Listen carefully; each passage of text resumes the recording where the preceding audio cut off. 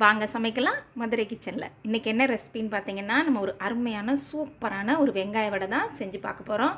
இந்த மாதிரி வெங்காய வடை நீங்கள் எங்கேயுமே சாப்பிட்ருக்க மாட்டீங்க. அந்த அளவுக்கு டேஸ்ட்டாக சூப்பராக நல்லா முறுமுறுன்னு இருக்குங்க. இதுக்கு ஒரு எப்பயும் சேர்க்குற பொருளை காட்டிலையும் ஒரு நார்மலாக சேர்க்குறத காட்டிலையும் 2 பொருள் எக்ஸ்ட்ரா சேர்த்துருக்கோம். அதனால் இந்த வெங்காய வடை ஸ்பெஷலுங்க. இந்த வெங்காய வடை நீங்கள் வேறு எங்கேயுமே சாப்பிட்ருக்க மாட்டீங்க. அந்த அளவுக்கு டேஸ்ட்டாக சூப்பராக இருக்கும். அதுக்கு தேவையான பொருள் என்னென்னு பார்ப்போமா வாங்க. நான் இப்போ ஒரு 600 கிராம் அளவுக்கு பெரிய வெங்காயம் நல்லா நீல வாக்கில் நறுக்கி வச்சுருக்கேன். இந்த மாதிரி நீல வாக்கில் நறுக்கி எடுத்துக்கோங்க. அங்கங்கே கொஞ்சம் சேர்ந்தாப்பில் வெங்காயம் இருந்துச்சுன்னா அதை நல்லா பிச்சு உடச்சி விட்டுக்கோங்க. இதோடைய நீங்கள் 1 ஸ்பூன் உப்பு சேர்த்துக்கோங்க, 1 ஸ்பூன் மிளகாத்தூள் சேர்த்துக்கோங்க, ஒரு அரை கைப்பிடி அளவுக்கு கருவேப்பிலை சேர்த்துக்கோங்க, 2 பச்சை மிளகா பொடியாக நறுக்கி போட்டுக்கோங்க. இதோட 1/4 ஸ்பூனு சோம்பு சேர்த்துக்கோங்க. சோம்பு சேர்த்துட்டு நல்லா பெசரி விடுங்க. இதில் ஒரு 2 பிஞ்ச் அளவுக்கு நான் ஃபுட் கலர் சேர்த்துருக்கேன், ரெட் கலரு. அதையும் சேர்த்துட்டு நல்லா பிணைஞ்சு விட்டுக்கோங்க. அந்த உப்பு வெங்காயம் சேர்ந்து பிணையும் போது கொஞ்சம் நம்மளுக்கு தண்ணி விட்ட மாதிரி இருக்கும்.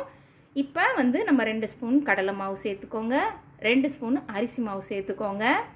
இதை சேர்த்துட்டு நல்லா பிணைஞ்சு விடுங்க. இதோடய நம்ம வெங்காய வடை போட போகிறது இல்லைங்க. இதுக்கப்புறம் தான் ஒரு 2 பொருள் சேர்க்க போகிறோம்.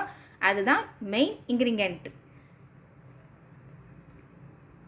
இல்லை இப்போ நம்ம ஒரு கப் சோள மாவு சேர்க்க போகிறோம், கார்ன்ஃப்ளவர் மாவு.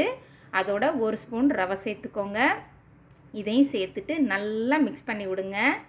இந்த கார்ன்ஃப்ளவர் மாவும் ரவையும் சேர்த்து நம்ம வெங்காய வடை செய்யும்போது டேஸ்ட்டு சூப்பராக இருந்ததுங்க. டீ கடையில் வாங்குகிற வெங்காய கடையை காட்டிலையும் நம்மளுக்கு இந்த வெங்காய வடை சூப்பராக இருக்கும். இந்த மாதிரி செஞ்சு உங்கள் வீட்டில் இருக்கவங்களுக்கு கொடுங்க. யாருமே இப்படி ஒரு வெங்காய வடை சாப்பிட்ருக்கோன்னு சொல்லவே மாட்டாங்க. இதே மாதிரி தான் இனிமேல் வெங்காய வடை செய்யணும்னு நினைப்பாங்க. இப்போ கொஞ்சமாக மாவு எடுத்து நல்லா உருட்டி கொடுங்க. உருட்டி கொடுக்கும்போது நல்லா அமுத்தி உருட்டி கொடுக்காம அப்படியே பொத்துநாக்கில் உருட்டி எடுத்துட்டு நம்ம எண்ணெயை காய வச்சுருக்கோம்ல அதில் போட்டுக்கோங்க ஒவ்வொரு உருண்டையாக.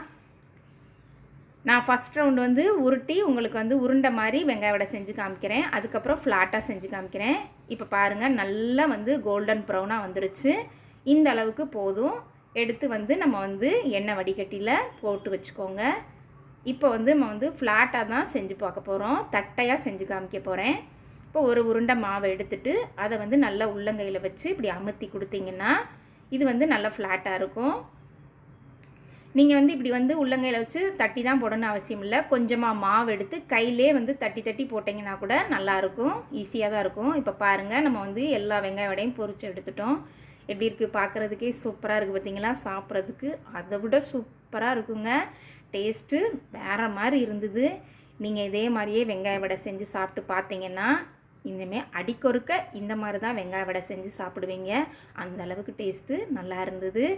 நீங்கள் எல்லாத்துக்கும் உங்கள் வீட்டில் இருக்கவங்களுக்குலாம் செஞ்சு கொடுத்தீங்கன்னா கூட இந்த மாதிரி வெங்காய வடை நம்ம எங்கேயும் சாப்பிட்டதில்லைன்ற மாதிரி தான் சொல்லுவாங்க. இப்போ பாருங்கள் நல்லா ஒரு வெங்காய வடை பிச்சு காமிச்சேன். இப்போ உருட்டி போட்டிருக்கதையும் நான் பிச்சு காமிக்கிறேன். பாருங்கள் வெளியில் நல்லா முறுமுறுன்னு உள்ளே நல்லா சாஃப்டாக எப்படி இருக்குது பார்த்தீங்களா? சூப்பராக இருக்குங்க. இதே மாதிரியே உங்கள் வீட்டில் இருக்கவங்க எல்லாத்துக்கும் வெங்காய வடை செஞ்சு கொடுத்து சாப்பிட்டு பார்த்துட்டு எப்படி இருக்குங்கிறத எனக்கு மறக்காமல் கமெண்ட் பண்ணுங்கள். நம்ம சேனல் லைக் பண்ணுங்கள், ஷேர் பண்ணுங்கள், சப்ஸ்கிரைபர் பண்ணிக்கோங்க. மீண்டும் ஒரு அருமையான ரெசிபியில் சந்திக்கிறேன்.